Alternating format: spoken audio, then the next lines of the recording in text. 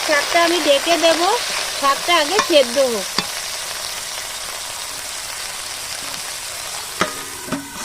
এই দেখো শাক সেদ্ধ হয়ে গেছে, এবার আমি তেঁতুল দিয়ে দেবো। এই দেখো তেঁতুল চটকে নিয়েছি জলে ভিজিয়ে।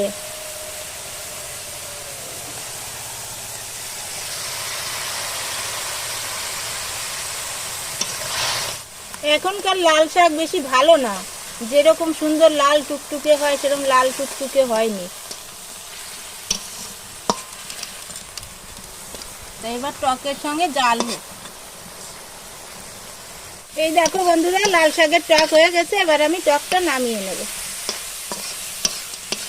এভাবে টক করে খেয়ে দেখো, ভালো লাগে। আর শীতের সময় শাক হলে তো রংটা সুন্দর লাল টকটকে হয়।